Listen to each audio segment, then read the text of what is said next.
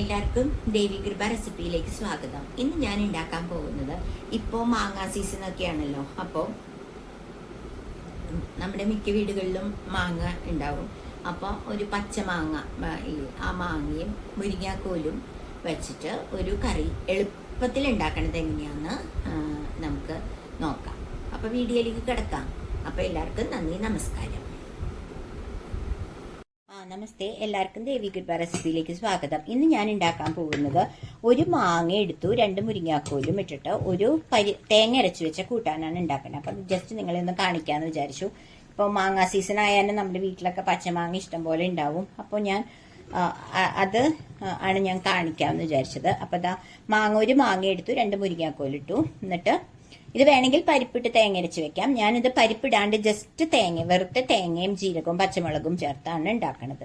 അപ്പൊ അത് നിങ്ങളെ കാണിക്കുകയാണ്. അപ്പൊ ഞാനിപ്പോൾ ഉണ്ടാക്കുന്നത് ഒരു ചട്ടിയിലാണ് കേട്ടോ. അതും കൂടി കാണിക്കാം. അപ്പൊ ഇതൊന്ന് കുക്കറിലൊന്നും വെച്ചില്ല. അതാ മാങ്ങ കുക്കായി തുടങ്ങി, മുരിങ്ങാക്കോലും അതെ. അപ്പൊ എന്നിട്ട് ഞാൻ ബാക്കി എന്നിട്ട് അതൊരു ലിഡിട്ട് അടച്ചിട്ടുണ്ട് കേട്ടോ. അത് വെന്ത് കഴിഞ്ഞ ശേഷം തേങ്ങ അരച്ചത് ചേർക്കാം. ഓക്കെ.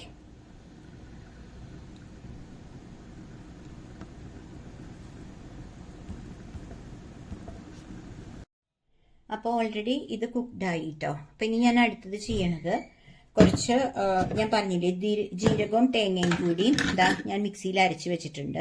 പച്ചമുളകും കൂടി അത് ഇതിലേക്ക് ഒഴിച്ചു. അപ്പോൾ കുറച്ച് മിക്സിയിലിട്ട് അപ്പോൾ ഇച്ചിരി വെള്ളം കൂടി ഒഴിച്ചിട്ട് അതും കൂടി ആക്കിയിട്ട് വരാം. വെള്ളം ചേർത്തു. എന്നിട്ട് അത് ഈ കറിയിലേക്ക് അതും കൂടി ഒഴിച്ചു കേട്ടോ. എന്നിട്ട് ഞാൻ ഇപ്പൊ ഗ്യാസ് ഓഫാണ്. ഗ്യാസ് ഒന്ന് ഓൺ ചെയ്തു. അപ്പോൾ ഇതൊന്ന് തിളപ്പിക്കണം. അപ്പം അതിനു മുമ്പ് നമുക്ക് ആവശ്യമായ കുറച്ച് കാര്യങ്ങളും ചേർക്കണം. കുറച്ച് മഞ്ഞൾപ്പൊടി ഇടണം. ഇത് എളുപ്പമുള്ളൊരു കറിയാണ്, പക്ഷെ ഭയങ്കര ടേസ്റ്റിയാണ്. നമ്മുടെ വീട്ടിൽ മാങ്ങയൊക്കെ ഉണ്ടെങ്കിൽ നമുക്ക് പെട്ടെന്ന് ഉണ്ടാക്കാമല്ലോ. മാങ്ങയും മുരിങ്ങാക്കോലും. ഇത് വേണമെങ്കിൽ നിങ്ങൾക്ക് പരിപ്പ് വേവിച്ചിട്ട് പിന്നെ ഇതുപോലെ ഉണ്ടാക്കിയാൽ മതി. ഞാൻ ഇന്ന് പരിപ്പില്ലാണ്ടാണ് ഉണ്ടാക്കണത്. ഓക്കെ.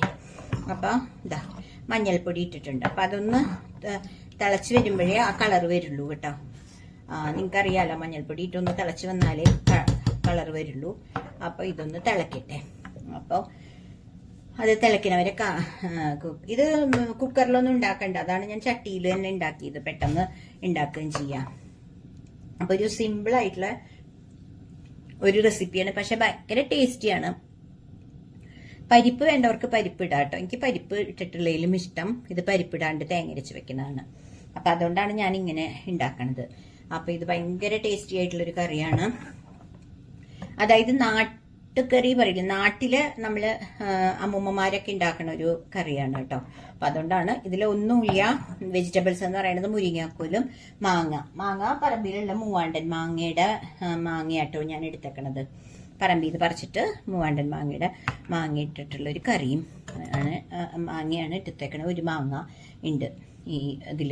അപ്പോൾ ഒരു മാങ്ങയും 2 മുരിങ്ങാക്കോലും ഇട്ടിട്ട് ഒരു കറിയായി. അപ്പം ഞാനിവിടെ ഓൾറെഡി കടുകൊക്കെ പൊട്ടിച്ച് വെച്ചിട്ടുണ്ടായിരുന്നു. അപ്പം അത് ഇതിലേക്ക് ഇടുകയാണ് കേട്ടോ.